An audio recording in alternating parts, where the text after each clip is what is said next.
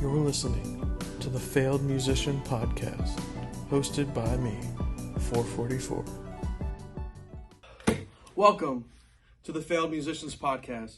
I am your host, Free Anthony, whatever the you want to call me. I'm here to talk about music or whatever.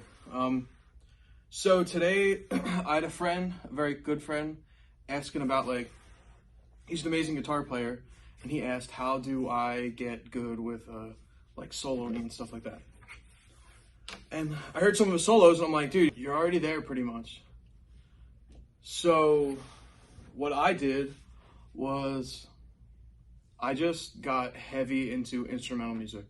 So in high school, I decided I was going to be John Mayer. It never happened. I'm still Anthony. I dressed like him.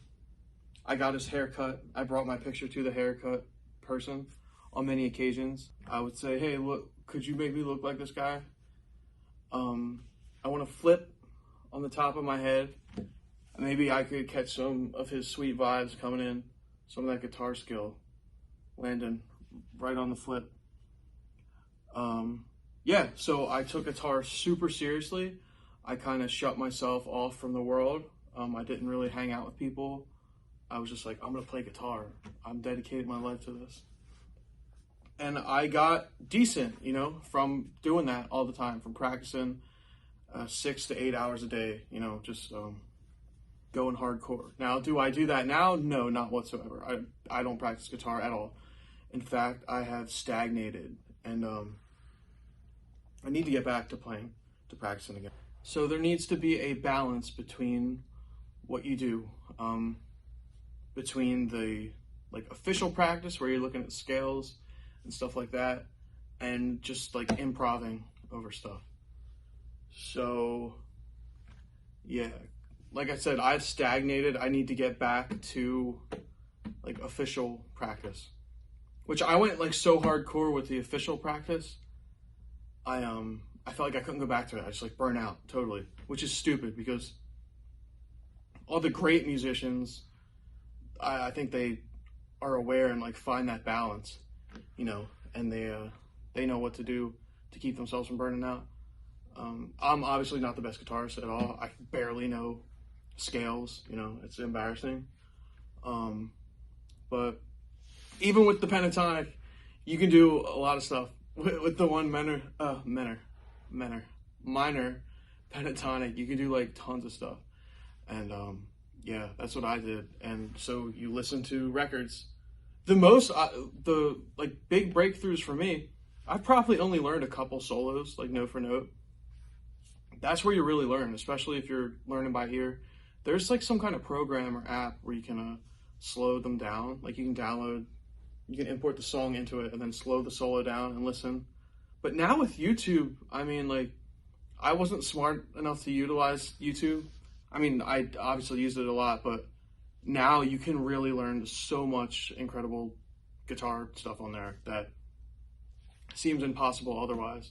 And there's a lot more better people than me out there giving advice, 100%. So yeah, another thing that I would do my whole life pretty much was I was always humming in my mouth, which sounds so weird, but just humming along, singing along to guitar solos, especially AC/DC. I was always you know what I mean? And that through that you do get a sense, your brain gets a sense of how to improv music over stuff. Syncing that up in the physical realm is a different story. Obviously, you have to keep working at that. So, one big thing I did was I went total into the blues, which is really important. And everyone's you gotta learn the blues, and you're yeah, I don't like the blues.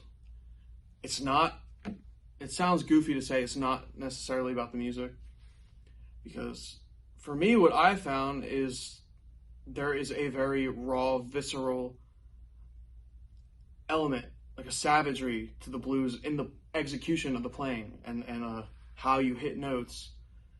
It's a punk rock form. It really is. Now, obviously, you say that punk rock. The blues aren't punk rock.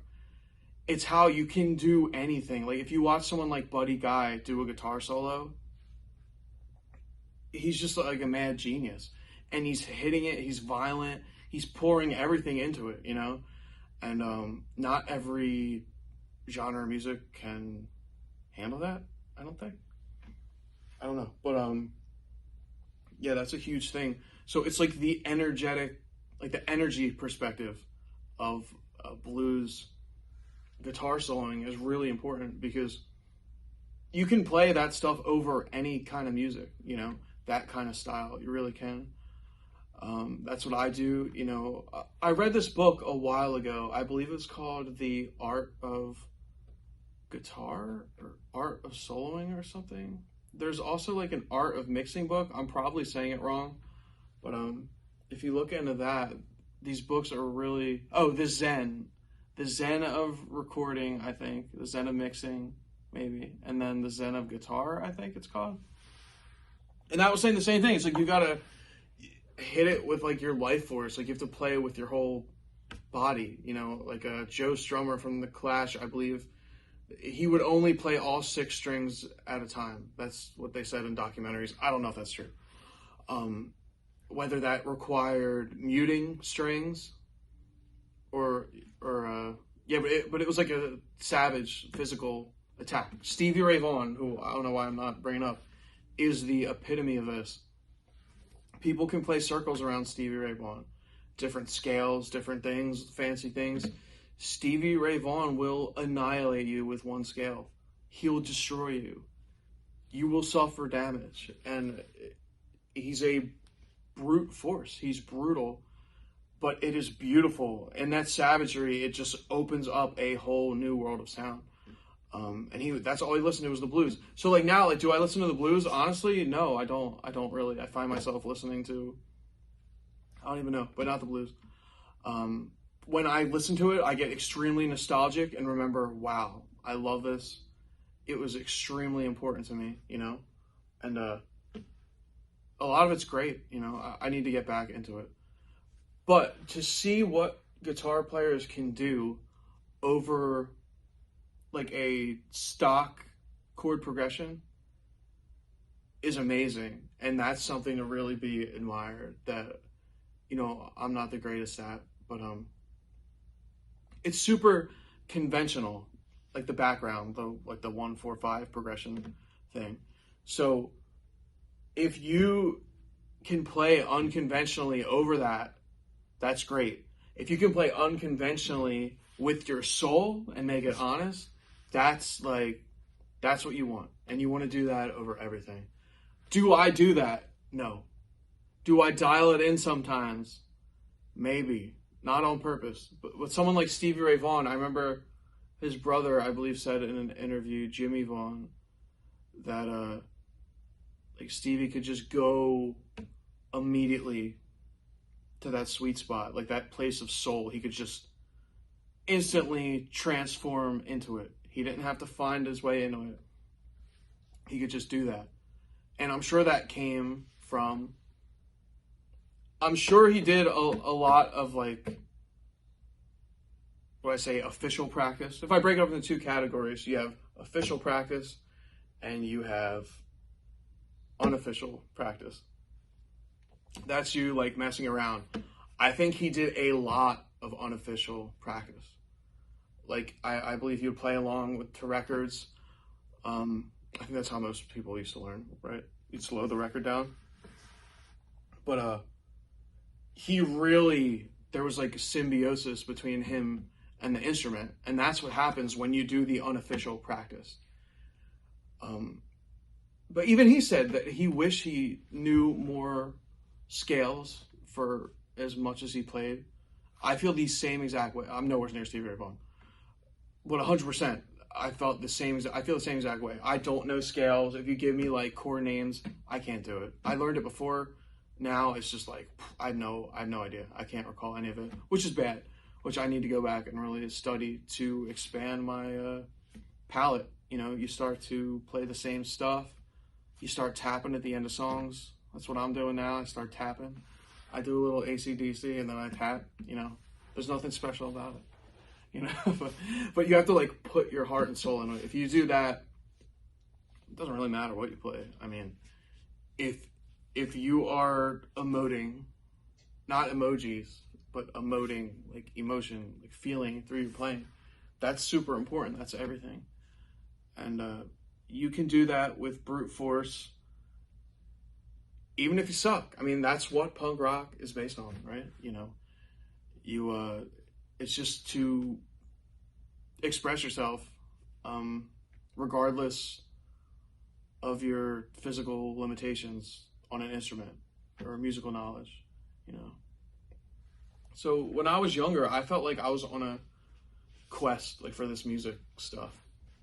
So what I would do is every day I was in a CD shop, you know, tunes. I was buying CDs, records every single day. I had a massive collection that I'm gearing up to sell because I have nowhere to put it. Now I'm on a manga quest to make that stuff, and it's like the same thing. So like I was always listening intently, not passively listening, like active listening to people playing stuff, trying to replicate it on guitar. But I would do this thing where I would have no patience, which I have none. And I would, instead of like trying to learn something and then stopping and learning it with patience, what I would do is what would I do? I would just like motor through it. You know, I'd just like force it. If I heard like a cool line, I just like try to get it kind of. I'm like, that's okay. Whereas if I had just listened, stopped it, made it a priority to learn it, not let the song keep playing, pause it, go back, you know, listen again, try it again. That's how you learn. I think B.B. King said, like, if you learn one thing new a day, like, that's great. And he's so right. Because if I think of all the time I've spent not learning, many days I'm not learning, you know, if you add that up, one little device, like one little lick, anything a day, it adds up. It really adds up. There's a lot of days in the year. There's a lot of hours in a day. There's a lot of minutes in an hour. There's a lot of seconds in a minute. But that's where I'm no quantum physicist, you know. But yeah, so guitar's cool. So the next thing was like I got my guitar sound, which I don't even think about anymore, from literally just trying to copy Stevie Ray Vaughan. My dad's friend called and was like, "Hey, my friend has a Stratocaster down in Wildwood. You want to go check it out?" And he sent me a picture. I was like, "Yes, let's go." So I got it.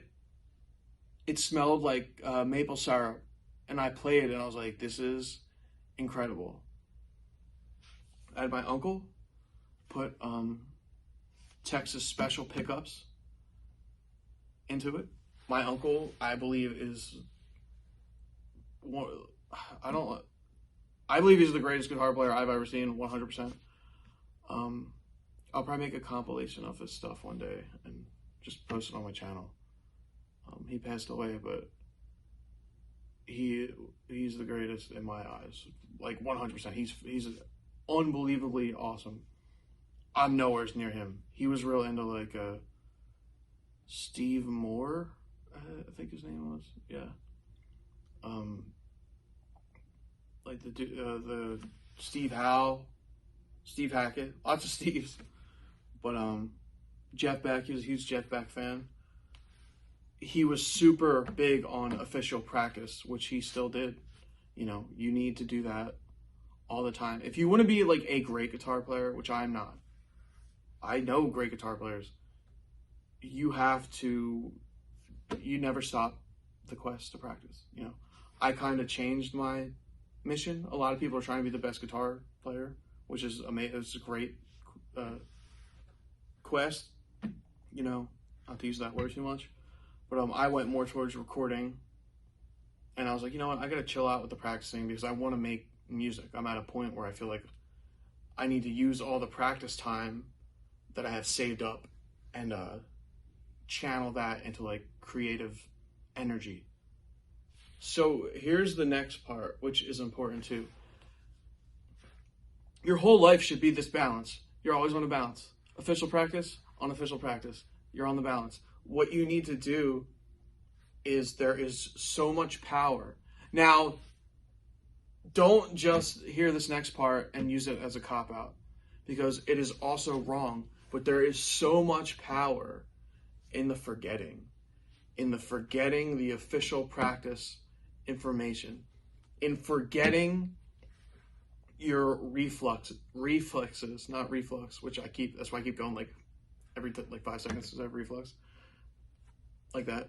So what you do is not practice. Don't practice. Don't listen to music. One of the best advice I ever got probably was from my uncle, when he said there were two really important things. He said that the most, like, the point of the guitar, which I never had thought of a point of an instrument or anything, is the point of an instrument, the point of the guitar is to make it sound as beautiful as possible.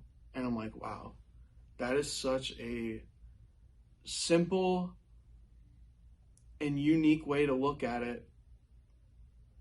That is the point, and it gets distorted and distracted in the pursuit of learning guitar, you know? So how do you do that? You have to forget.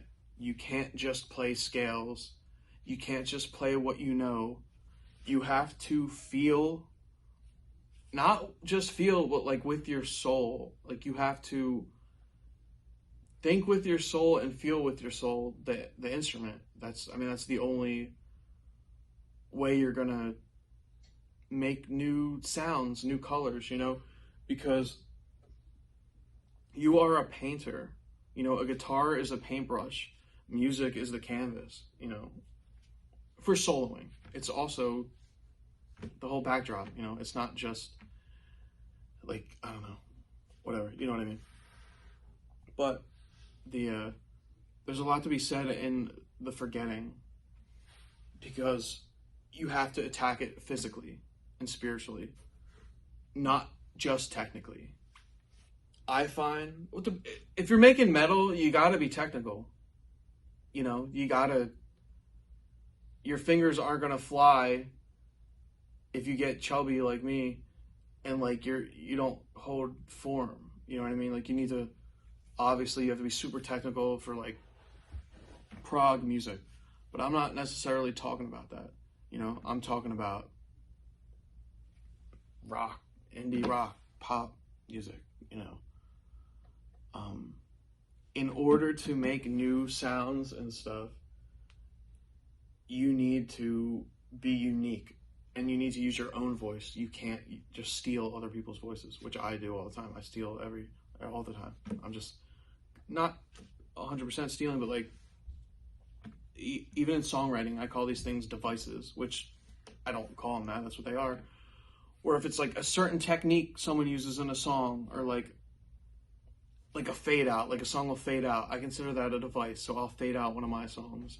Or there'll be a part where they pitch shift it up, like Alex G. That's a device. So I will pitch shift something, you know.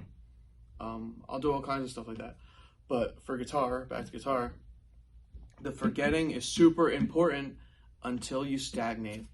You want to always be hustling and forgetting, hustling and forgetting, and remembering. You don't want to lose what you did before, you know? So you have to stay in shape with practicing. But the priority of guitar and any instrument is the music, you know? You can't lose sight of that. The music is the most important thing at the end of the day. You want to touch somebody else, you know? And I always forget about that. I'm not thinking about that when I'm making music. I'm not thinking about like touching people you shouldn't be either. And because like, you're trying to touch yourself, you know, not on camera, but musically, emotionally.